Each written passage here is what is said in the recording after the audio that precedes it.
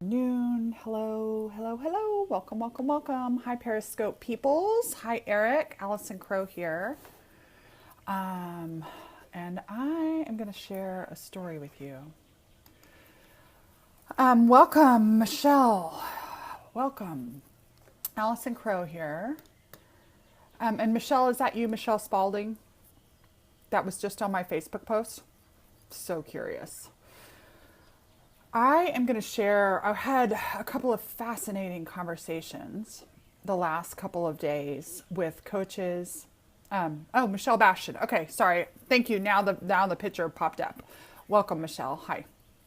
Um, I have had a couple of conversations, and I have a blab scheduled this afternoon at, I don't remember, 2 or 3, I can't remember the time right now, with $1 million coach who has torn down her business. She is going to talk about some of the stuff. Hello. She's going to talk about some of the stuff that nobody talks about behind the scenes. And I was talking with a girlfriend last night, and this pressure to always be nexting.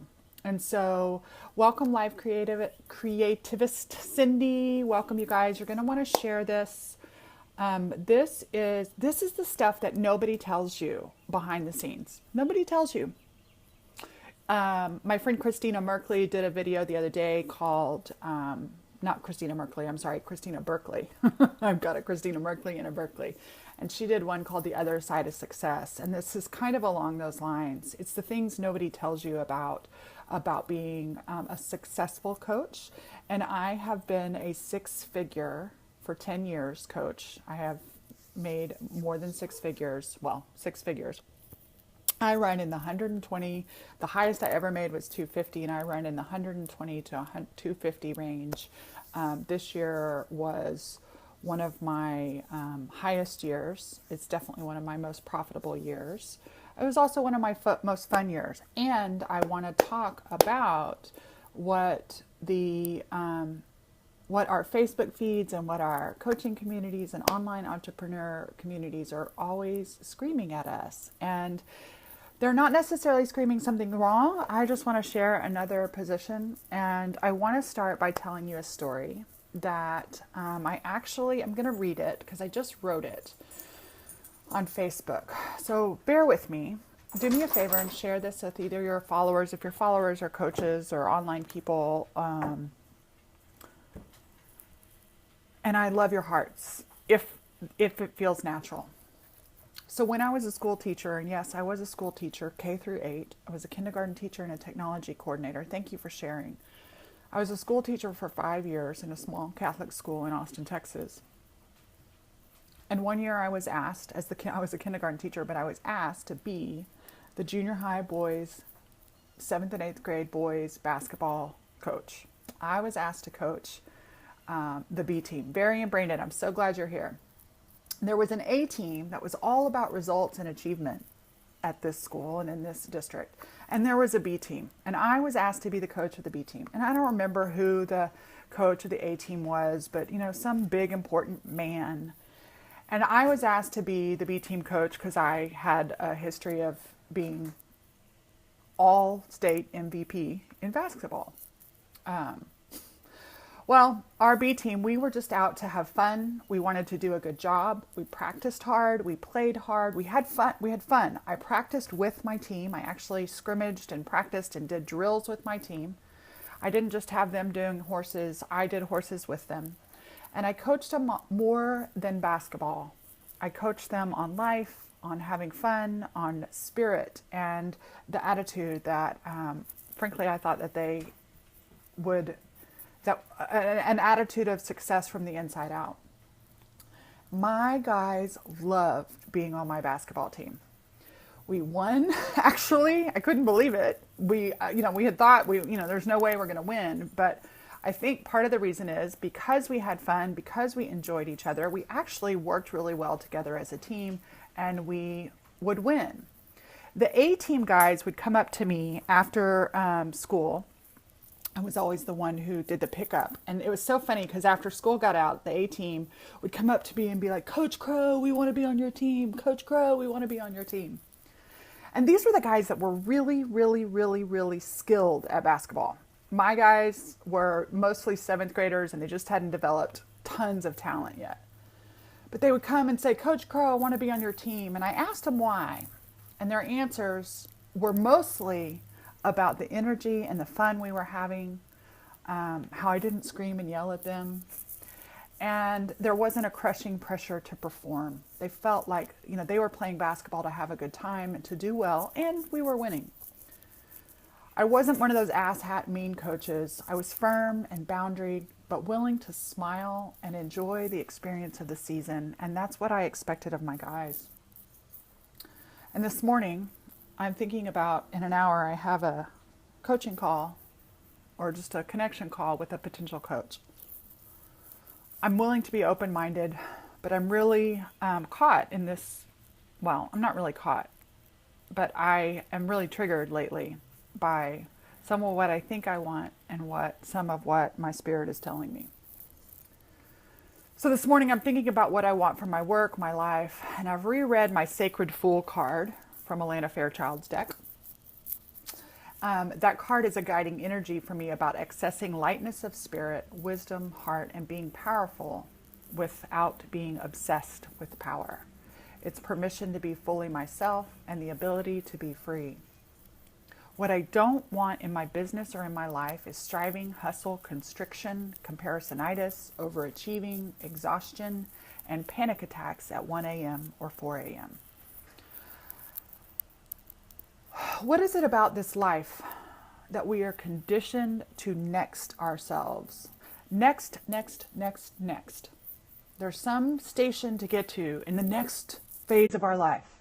We have to get to the next level, the next income, the next, whatever it is. It's like we're never doing enough. And if we happen to get somewhere, there's no celebration of enjoyment. We just next ourselves again. Next, next, next. On to the next phase. Nexting makes me feel constriction. Unfolding sounds so much more yummy. And what I know is that all of my life has unfolded. Then there's always this tax bill. This is interesting because here we are. It's March. My tax bill should be arriving. My accountant has my taxes. I know the numbers I made and I know how to do some math. And so I'm anticipating the largest tax bill I've ever received. And I realize the story I make up in my mind about that annual tax bill, it's a trigger for me to thinking that I should be nexting. And since 2003 was the first year I had my own tax bill instead of a refund, I've always managed to create the money for my tax bill. Always. It's always unfolded and been created. And more with less striving. Being a coach and into personal growth is wrought with nexting. It's all over marketing. We do it to ourselves. We are conditioned to expand and grow and get to the next level. And interestingly, épanoui in French. Interestingly, the last 3 years of my work have been the most fun, profitable, and easy. Before then, I efforted and I strove and I created and I served and I worked all the time and I had way more clients than I ever could energetically manage. I strategized and coached and planned and implemented and hustled and hustled and hustled until my soul was dreary and parched. And then I started painting. I started painting for fun as a hobby, but it seeped over into my business, yes, and I started having fun. It was like the B team all over again. Let's do a good job, have fun, be playful, and create. I had a coach right out of leaving the corporate world, corporate coaching, that reminded me that more is not, yes, that's one of my paintings. Everybody thinks it's a very large penis. It's actually a girly Buddha. It is one of my paintings, one of my favorite ones. More is not better. Better is better. Yes, Christina. More is not better. Better is better. And every day, you guys, this is the confession part. Every day I am tempted and my own thinking pressures me to strive and do more. My own thinking tells me I'm not enough. My own thinking tells me I should expand my business to be XYZ. I should implement these systems. I should hire these people. Every single day, my monkey mind tells me that bullshit. My mind is a little fucker poking at me with her knowledge and skill and my insatiable thirst for more. I love to learn. And on one hand, that's something really good. And on the other hand, it is my nemesis. One day, around tax bill time, a couple of years ago, maybe a year ago, my husband said, Allison, you know I love you because you are into personal growth and spiritual growth. I mean, I love that about you, that you're a human being that grows. And he goes, but you work so hard at it. I don't work at all and I still grow. And my jaw dropped. Good morning, OR Techie. My jaw dropped because my husband is so right. He's not into personal growth. He doesn't have a coach. But you know what? I've been with my husband for 10 years now. I've seen him grow. I've seen him become more relaxed, more open, have a better time. I've seen him let go of old beliefs. I've seen him do all the things that I try so hard to do. He's right. Just like nature, the trees don't hustle, yet they still grow. The flowers don't next, and they still bloom. I want to be like nature and flow, not like the machine I was or am tempted to be. I don't mind inspired work and action, but I must choose unfolding instead of nexting. There's a fine line. I'm not talking about sitting on the couch and eating bonbons and saying I intend to create and manifesting and it walks to the front door. I'm talking about dreaming and playing and following the feel-good of inspired action, of spontaneous creation, of not putting so much mental pressure on ourselves, of realizing that this place where we are right now is perfect.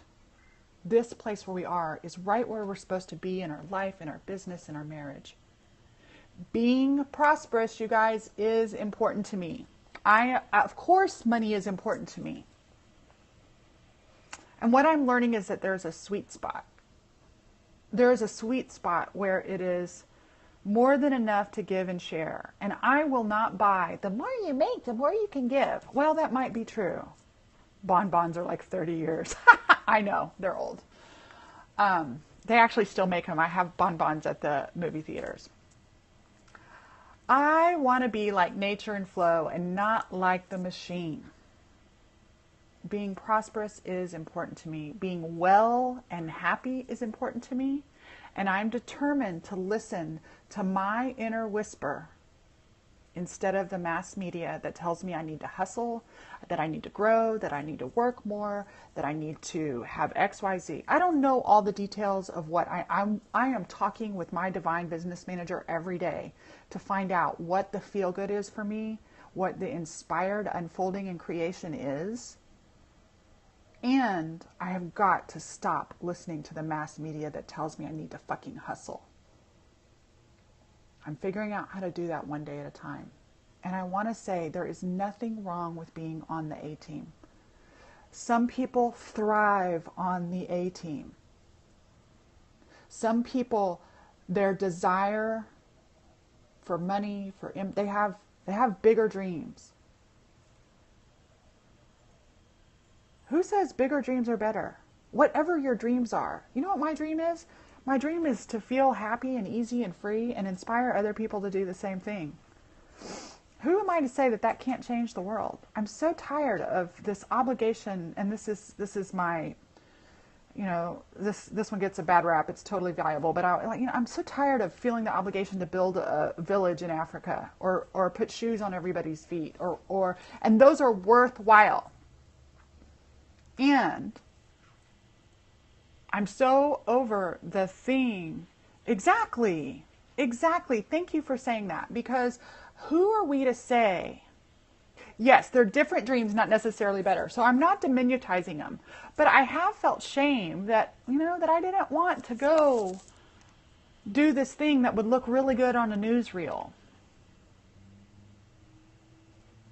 But maybe I have a conversation with a girlfriend late at night, and afterwards her shoulders drop. And she feels a sensation of being enough. That to me is life-changing and world-changing. So there's nothing wrong with the A-team. There's nothing wrong with the A-team. And I'm just not that hungry. I am not willing to be on the A-team at the expense of, for me, what suffocates my soul and constricts, right? There's a feeling I get literally of being wound up inside. And I have had a taste of this soulful success, of a new version of success, of making plenty of money, of playing, of having fun, of I know that it's possible, and that I don't have to need or want more. I can create something different, but I don't have to, just because I made XYZ this year doesn't mean that I better take it to 500,000 next year and 1 million next year. And so I've got two things. One is I would love for you, I'm in the middle of this conversation. I would love to hear your thoughts and your feedback. I posted this story on my Facebook page. I want to hear what you think. And again, I am not shaming the hustlers of this world.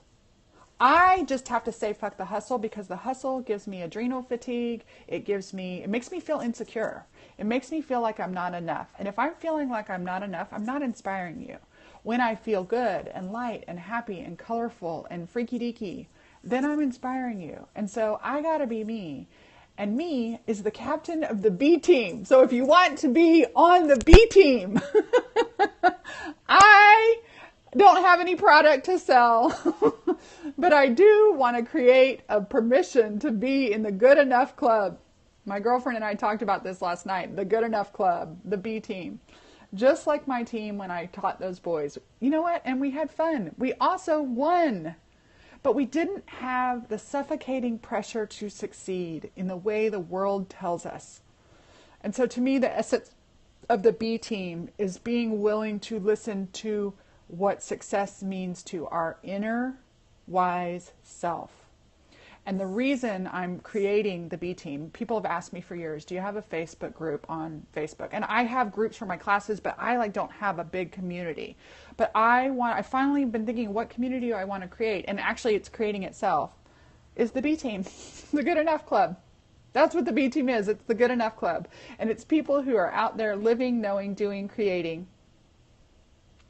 But we will not do it with the shame of it has to look a certain way. Enjoy, be safe, Christina, be safe. Join the B team if you want, awesome, I think so too. But that's what I want to do. I want to figure out balance is not the right word, because it doesn't mean we sit around and do nothing, but that our creation comes from flow and inspiration and enoughness, instead of always feeling like we could do more. It's creating freedom that can look in all different ways. And it's so funny, like I live in this house that's old. It hasn't been redone since 1989. And it's really nice.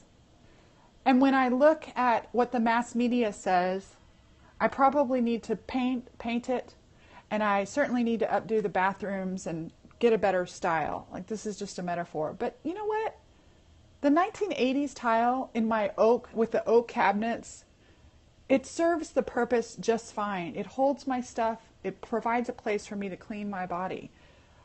I am not willing, at the expense of needing to renovate or get to the next phase of what the next coolest thing is. I'm not willing to suffocate to do it. So, B team, people. And then today, I haven't even mentioned this to my friend Barb Wade. Barb Wade, who built an A-team business, is now she blew up the A-team, and she's creating a B-team business. I wouldn't call hers a B-team business. She is wanting to get back. She says, if I have to have another business conversation, I'm going to puke. She wants to get back to conversations with heart. And so she blew up her business. And talk about telling you things that we had a conversation the other day, like I swear to God, no one will tell you. No coach in their marketing will say, by the way, this is what it cost me to have these numbers. Yeah, no coach will tell you like Barb is going to show it down today. And I happen to, because of my position in the coaching world, which is the B team, on the A team, there's a lot of A team, but I have seen behind the scenes of many, many A teams, and I see people suffocating. I see people suffocating and striving. I'm not saying it can't be done. If you're on the A team, I would love to see behind your curtain. I think, there's some people out there right now that intrigue me that look like they're on the A team. And I'm curious. I'm willing to listen. I'm not going to shut it out. If I can, I don't know. I think there's got to be a way to have sacred success. And we get to define what success is for ourselves instead of letting the media, our Facebook feeds, our marketing feeds, the internet, the TVs define what success looks like. And for each person, that's going to be completely different. So I want to invite you to join me on my Blab with Barb today. And I want to invite you, I want to hear your comments. I want to hear your thoughts. Even if you totally disagree, I want to hear your thoughts over on my Facebook feed. Allison Crow Flanagan. I use my husband's last name on Facebook. Most of all, I want to breathe. I want to have fun. I want to inspire. And somehow I know that will always create the income. It has in the past. It has in the past. It's so funny. I make up what that tax bill number is going to be, and it really doesn't matter. It really doesn't matter. I actually just took all my savings for those taxes and I paid off a bunch of debt.